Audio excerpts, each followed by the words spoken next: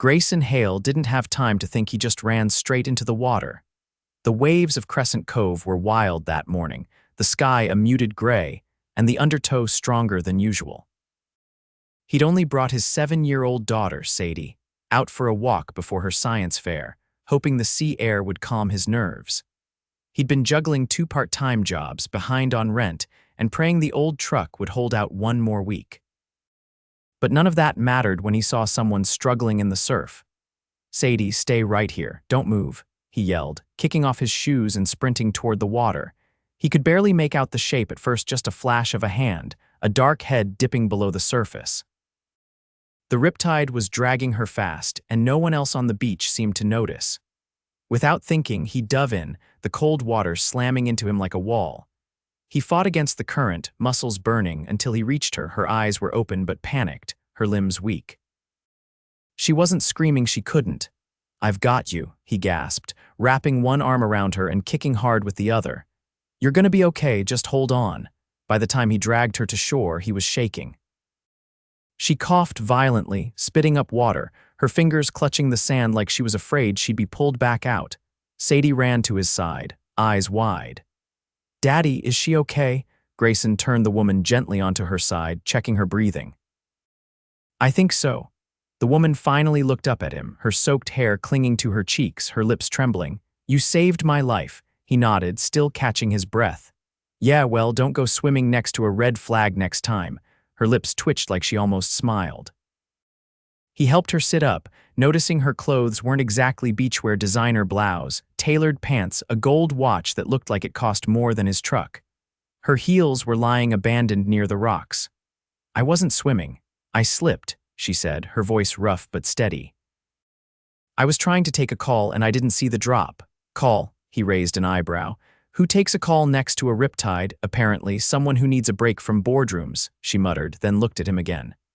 "I'm Naomi Rivers." He reached out, shaking her hand. "Grayson Hale." "And that's my daughter, Sadie." Naomi looked at the little girl with something soft in her eyes. "Hi, Sadie, thank you for sharing your dad. He's a hero." Sadie beamed. Naomi stood slowly, a little shaky, and looked around. "My car's at the top of the bluff." "I can walk from here." "You sure?" Grayson asked. "You should probably go get checked out." "I'm fine." She hesitated. "But would you let me buy you both breakfast? It's the least I can do." Grayson looked down at his soaked jeans and Sadie's oversized hoodie. "We're not exactly dressed for fancy." Naomi smiled. "Luckily, neither am I." They ended up at a beachfront diner, Sadie excitedly telling Naomi all about her volcano project, while Grayson stayed mostly quiet, watching Naomi with a mix of curiosity and suspicion. She was smart, quick-witted, and clearly used to being in charge, but she didn't act like someone who looked down on others. She laughed at Sadie's jokes, asked Grayson real questions, and didn't flinch when he admitted he was a single dad working 2 jobs. "So, what do you do?" he finally asked her. Naomi stirred her coffee. "I run a company." "What kind of company?" She hesitated. "Tech, B2B software mostly." "Sounds complicated," she laughed. "It is, but it pays the bills." Grayson nodded, not probing further. He was too used to people thinking less of him once they found out he was a janitor and a part-time mechanic. But Naomi didn't flinch. They left the diner and she offered him her card. "In case you ever need anything," she said, slipping it into his hand. He looked down. The card was clean, simple. Rivers Tech CEO Naomi Rivers, his mouth opened then shut. "You're a CEO, last I checked," she said, amused. "But this morning I was just someone drowning. You didn't care who I was." "I don't." He paused, "but I didn't expect that." She gave him a look. "Neither did I." They parted ways, and he figured that was the end. He didn't expect her to call the next day, asking if Sadie wanted to visit her company's robotics lab.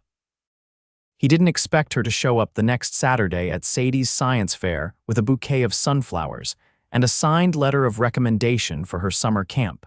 And he sure as hell didn't expect Naomi Rivers to keep coming back. But she did. Over the next few weeks, she started showing up more and more. She'd bring coffee to the garage, sit on the curb while he worked on old engines, ask Sadie about her school day. She never acted like she was better than them, even when she clearly had more money than anyone in town. One evening, after a long day, Grayson found her waiting outside the garage. "I brought dinner," she said, holding up 2 takeout bags. "Thought maybe you and Sadie could use a break from ramen." He stared at her, dust on his hands, heart beating faster than he liked. "You keep showing up," he said. She shrugged. "You saved my life." "That was weeks ago."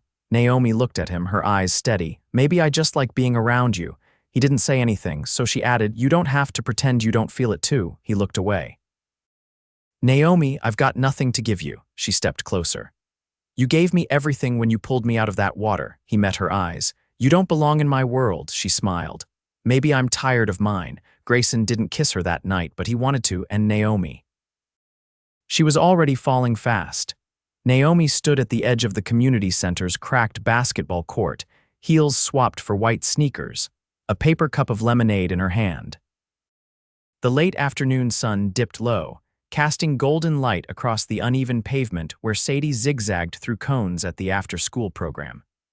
Grayson was across the court, helping a boy fix the chain on a busted bike, sleeves rolled up, grease on his forearms. She hadn't meant to stay this long. She'd only planned to drop off a few refurbished laptops from a Rivers Tech warehouse equipment that would have been scrapped otherwise, but Sadie had asked her to stay for the relay race, and Naomi hadn't found a reason to say no. "You don't have to keep doing this," Grayson said later as he approached, wiping his hands with a rag. "Donating things, hanging around, I know," Naomi said. "But I want to." He glanced at her, then at Sadie, who was now cheering on a friend. "It's not your job to fix everything." "I'm not trying to fix anything. I'm just showing up." Grayson didn't respond, but his jaw tightened like he didn't quite believe her. She looked away. "I didn't always have what I have now. My mother worked nights in a packaging plant. I used to sleep in the break room with a coat over me." He turned to her fully, surprise flickering behind his eyes. "I don't talk about it much," she added, "but I know what it's like to feel small in a big world. And I know what it's like when someone reaches back. You think I need saving?" "No," she said quietly. "I think you've spent your whole life being everyone else's safety net. Maybe you deserve someone to stand beside you for once." He looked down, the tension in his shoulders shifting just slightly. "No one's ever said that to me." Naomi studied him. "You never let anyone close enough to try." Later, she offered to give Sadie a ride home so Grayson could finish up with the bikes. They stopped by the corner grocer where Sadie picked out marshmallows for their weekend campfire. Naomi paid without hesitation and asked the cashier if they carried seaweed snacks. Sadie made a face. "You eat seaweed?" "Sometimes," Naomi said with a wink. "Don't knock it till you try." They dropped off the groceries and Sadie invited her in. The apartment was small but clean, filled with books stacked in corners and a hand-painted sign over the kitchen doorway that read, "Home is where the mess is ours." Naomi sat at the table while Sadie drew on the back of an old envelope, humming to herself. There was a warmth here that made Naomi's chest ache in a way she didn't expect. "Sadie's an incredible kid," she said as Grayson joined them, tossing his keys onto the counter. "She's her mom's daughter," he replied, grabbing 2 glasses. "All the good stuff came from her." Naomi didn't ask. The way his voice dropped told her enough. Instead, she said, "You're doing a good job." He looked at her, searching her face for sarcasm or pity. He found neither. "You say that like it surprises you." "No," she said, standing. "I say it because I know it's true." The following Thursday, Naomi invited him to a benefit gala hosted by one of her clients. He hesitated, but Sadie was going to be at a sleepover, and she saw his defenses crack when she added, "It's not a date, just a thank you." Open bar, ridiculous food. He showed up in a dark suit that didn't quite fit, but Naomi had never seen anyone wear clothes with more quiet confidence. He looked uncomfortable, but not out of place, like he simply didn't care what anyone thought. As they stepped into the ballroom, Naomi could feel heads turning. Her hand found his arm and he stiffened slightly. "Relax," she said under her breath. "They're judging me, not you." "Why would they judge you?" "Because I'm not supposed to bring someone real." He gave her a sidelong glance. "You bring a lot of fake people to these things." "More than I'd like to admit." The live quartet played something elegant, and champagne flowed freely. Naomi introduced Grayson to a few colleagues. watching with quiet amusement as he charmed them with dry wit and sharp observations about the art installations. One of the investors leaned in and asked, "So what do you do?" "I rebuild engines and mop floors," he replied. "Depends on the day." Naomi held her breath, but Grayson didn't flinch, and neither did the man, who simply nodded and said, "That explains the handshake." Later on the balcony, Naomi leaned against the railing, her hair catching the breeze. Grayson joined her, hands in his pockets. "Thanks for not lying back there," she said. "I don't see the point." She looked at him. "Most people would have tried to impress them." "I'm not most people." "No," she said softly. "You're better." They stood in silence for a moment, the city glittering below them. He finally spoke. "This is your world, and I'm just visiting." Naomi turned to him, eyes steady. "You say that like I want to stay in it," he frowned. "You're not happy I'm successful," she corrected. "It's not the same thing." Grayson didn't push, but she could tell he wanted to. She exhaled. "You ever feel like you're living out someone else's plan, all the time?" Naomi nodded slowly. "I built a company because I was scared of being powerless again. I made it to the top, and when I got there, it was quiet." He studied her, his voice low.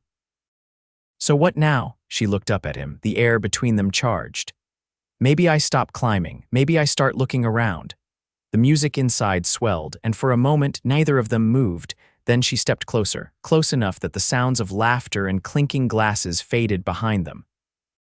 "I don't want to pretend anymore," she said. "Not here, not with you." He looked at her, and something shifted between them, something unspoken and undeniable. But before he could answer, her phone buzzed inside her clutch. She hesitated, then pulled it out, her expression changed. "What is it?" he asked. She swallowed. "My board just called an emergency vote. Someone leaked internal documents. It's going to the press. Are you in trouble if they think I've compromised the company?" She trailed off, then looked at him. "I need to get ahead of it." Grayson nodded. "Go." She turned to leave but paused. "Will you still be here when this is over?" He didn't hesitate. "That depends. Will you let me?" Naomi didn't answer, but the way she looked at him said everything. Naomi stepped out of the boardroom with her jaw tight and her hands trembling. The vote had gone as expected, barely in her favor, 5-4. A single swing vote had saved her position, but the message was clear. Her power wasn't absolute anymore. She walked straight past her assistant's concerned glance and into her private office, shutting the door harder than she meant to. The skyline loomed outside the floor-to-ceiling windows, but even the view couldn't quiet the buzz of betrayal in her ears. She sank into the leather chair and stared at the untouched espresso on her desk. A week ago, she'd felt invincible. Now, her name was being dragged through headlines she hadn't authorized, and whispers filled the halls she'd built from the ground up. The leak wasn't just about documents, it was personal, a calculated strike from someone who knew exactly where to hit her. There was a soft knock. She didn't respond. After a pause, the door opened anyway. "I told them not to bother you," Grayson said, stepping inside. He was holding a brown paper bag in one hand and a navy windbreaker in the other. His boots left faint prints on the marble tile. She stared at him, stunned. "How did you get past security?" "They asked who I was. I said I was here for you. They let me through." "That's not how it works." "Apparently, it is when the person at the desk used to take Sadie's bus route." He set the bag on her desk. "Chicken and wild rice soup. And one of those lemon scones you pretend not to like." Naomi inhaled sharply, the quiet gesture cutting through the noise in her head. "Why would you come here?" "Because you didn't call," he said simply. "And I figured if you weren't answering, you needed someone to show up." She pressed her fingers to her temple. "The press is circling like vultures. I've got 3 board members waiting for me to trip, and half my executive team is pretending they don't know me." "I'm not here to fix your problems," he replied. "I'm here so you don't forget that you're not alone in them." She looked up at him then, really looked. No suit, no polished speech. Just a man who'd stepped into her world without asking for anything and somehow made it feel less suffocating. "I don't know what I'm doing anymore," she admitted.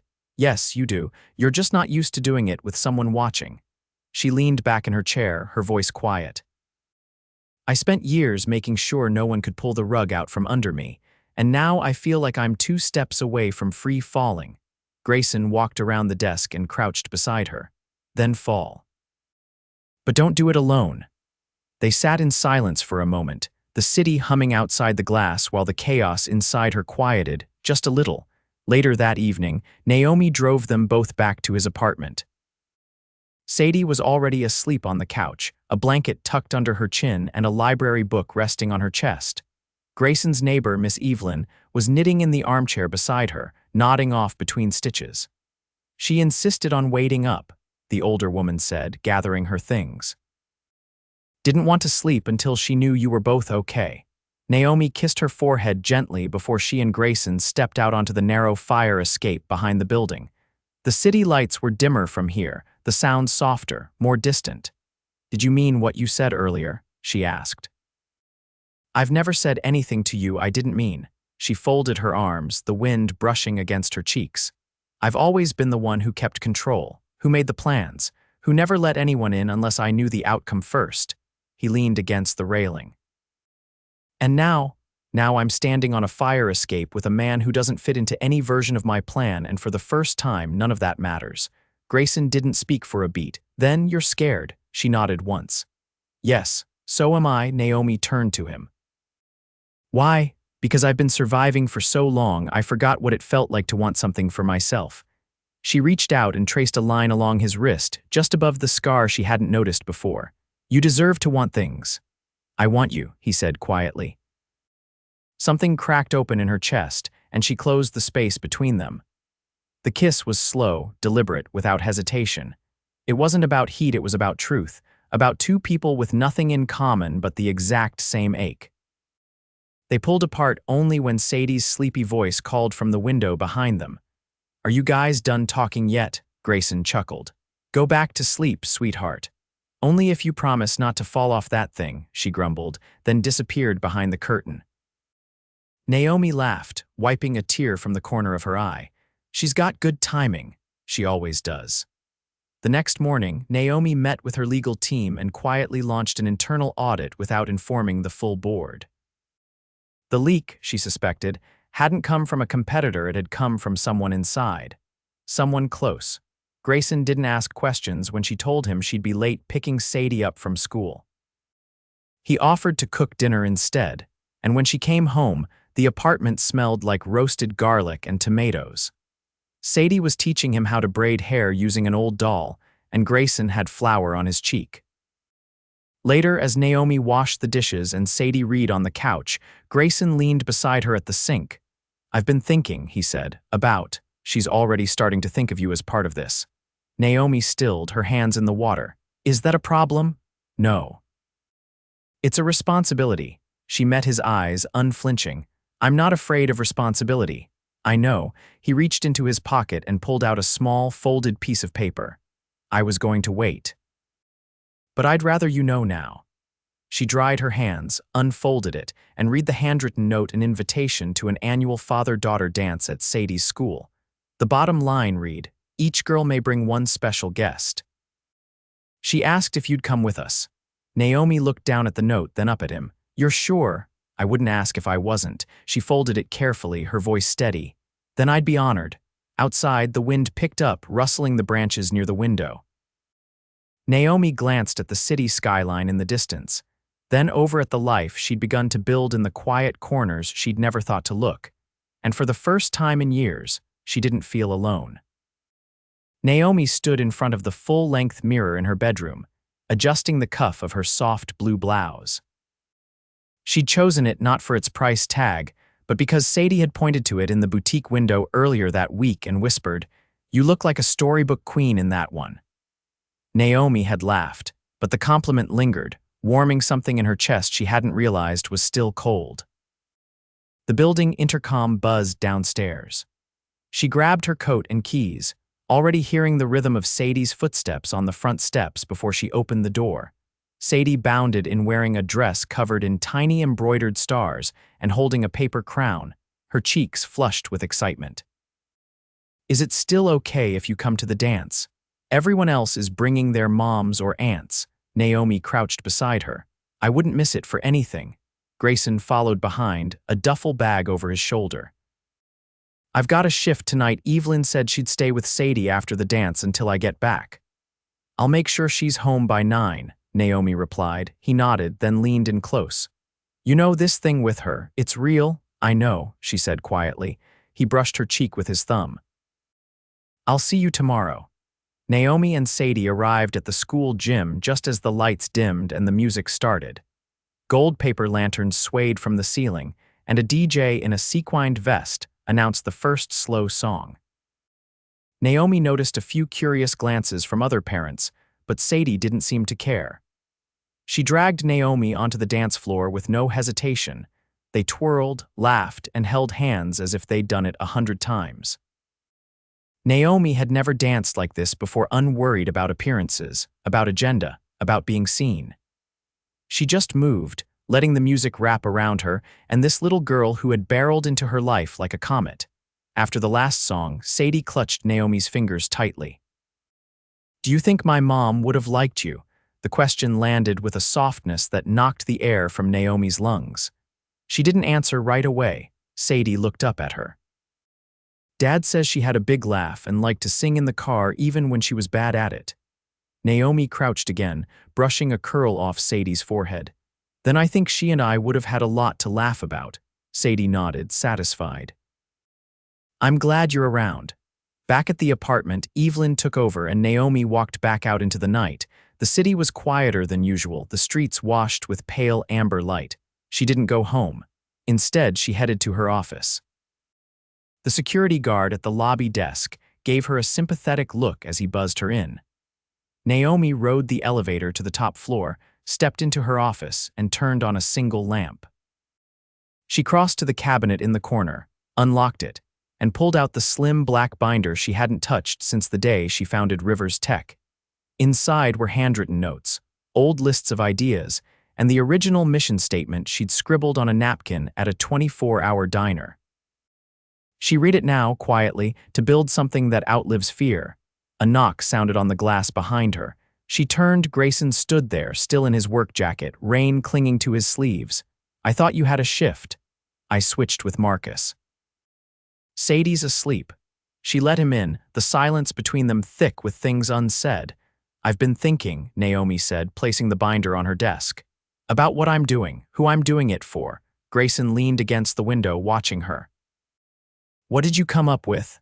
I've been running this company to prove something, that I'm not powerless, that I can't be discarded, but that's not a reason to keep going. He didn't interrupt. He just waited. I want to lead it with purpose again.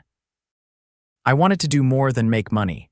He nodded slowly. So change it. I will, but I can't do it alone this time. She stepped closer. And I don't want to. You're asking me to stay. I'm asking you to trust that I'm not going to disappear when things get hard. Grayson took her hands, his gaze steady. I've never trusted anyone the way I trust you now. But I need to know this goes both ways. It does. Then I'm in.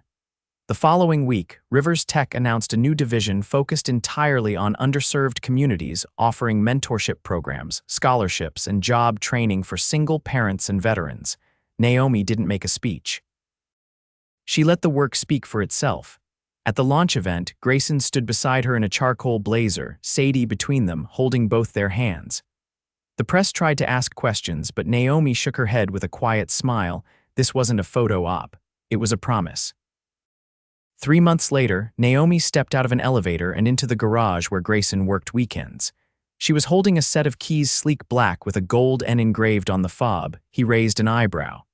What's that? She tossed them to him. The shop's yours. I bought the building. No more rent hikes, no more shutdown threats. It's under your name now. He caught the keys, staring at them, then at her. You didn't have to, I wanted to, she interrupted. Because you believed in me before I remembered how to believe in myself. He walked toward her, his hands sliding around her waist. You know I'm not good at speeches. Good, she whispered. Just kiss me, and he did. A few weeks after that, on a rooftop lit by string lights and surrounded by wildflowers, Naomi stood in a white silk dress, her hand in Grayson's, Sadie holding a tiny bouquet of daisies beside them. There were no reporters, no press releases. Only Evelyn officiating with tears in her eyes, and a small group of people who knew exactly how far they'd all come. When Naomi looked at Grayson, she didn't see the man from Crescent Cove, who had pulled her from the ocean. She saw the man who had walked into her world without flinching, who had loved without expectation, who had taught her that strength wasn't just about standing alone, it was about choosing someone, over and over. And when Grayson looked at her, he didn't see a CEO or a woman out of his league. He saw the one person who had looked past what he lacked and seen what he was. They exchanged vows under the stars, and when they kissed, Sadie shouted, "Finally!" loud enough to make everyone laugh. It wasn't a fairy tale, it was better, it was real, earned, and entirely theirs. Rain tapped gently against the wide living room windows as Naomi adjusted the final place card on the long farmhouse table. A fire crackled in the stone hearth, and soft jazz floated from the record player tucked near the bookshelf. She stepped back, eyeing the table with satisfaction, linen napkins folded like cranes, crystal glasses catching the amber light, and a centerpiece Sadie had crafted from pine cones and dried lavender. "Looks like a magazine," Evelyn murmured from the doorway, holding a plate of deviled eggs. "And smells like one too." Naomi laughed, taking the dish from her. "That's Sadie's doing. She insisted we have a real family dinner. Apparently that includes hand-lettered menus and matching candles. She's got taste." Evelyn gave her a knowing glance. "And you've got peace in your eyes." "First time I've seen that." Naomi's gaze drifted to the window, where Grayson was helping Sadie gather kindling under the covered porch. She could hear bits of their conversation, Sadie demanding that her fairy lights be strung just so, and Grayson pretending not to know how to tie a proper knot, just to make her laugh harder. Naomi's chest ached in a way that felt like fullness instead of longing. She turned back to Evelyn. "I didn't know it could be like this, quiet, steady.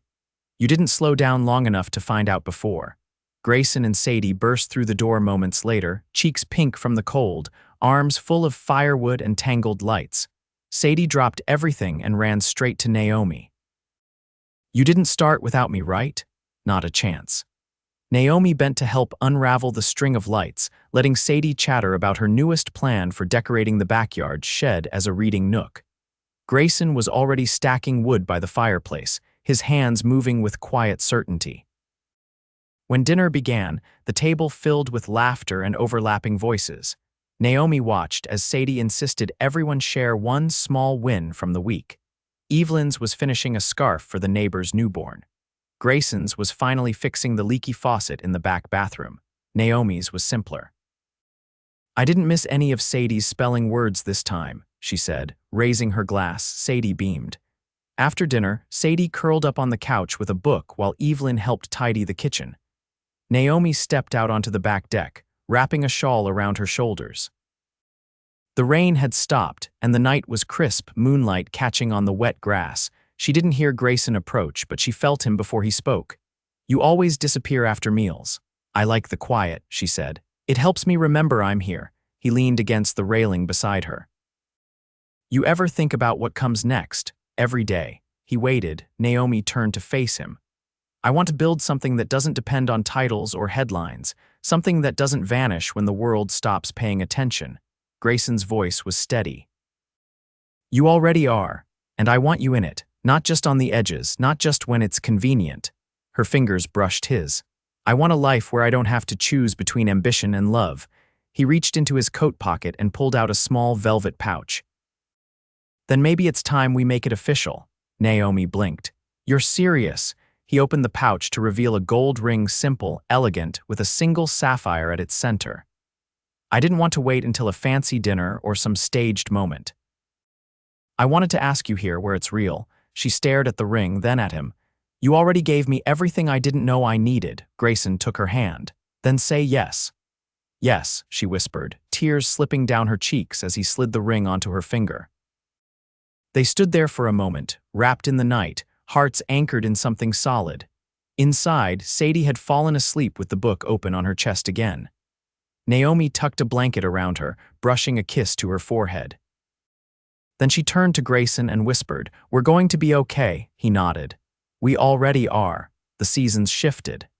Naomi stepped down from her CEO position, handing the reins to someone she trusted. She launched a nonprofit focused on education access, working from a modest office downtown with no assistants. No corner windows, just a whiteboard covered in ideas and a kettle that never stopped boiling. Grayson expanded the garage, hiring 2 apprentices and putting up a new sign, Hale & Co. There was always music playing, always someone laughing in the back. He never stopped getting his hands dirty.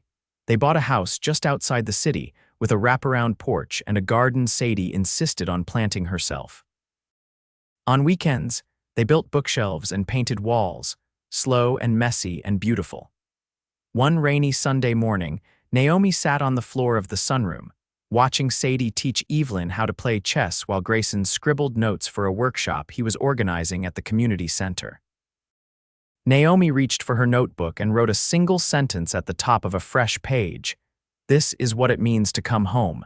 And for the first time, she didn't need anything else.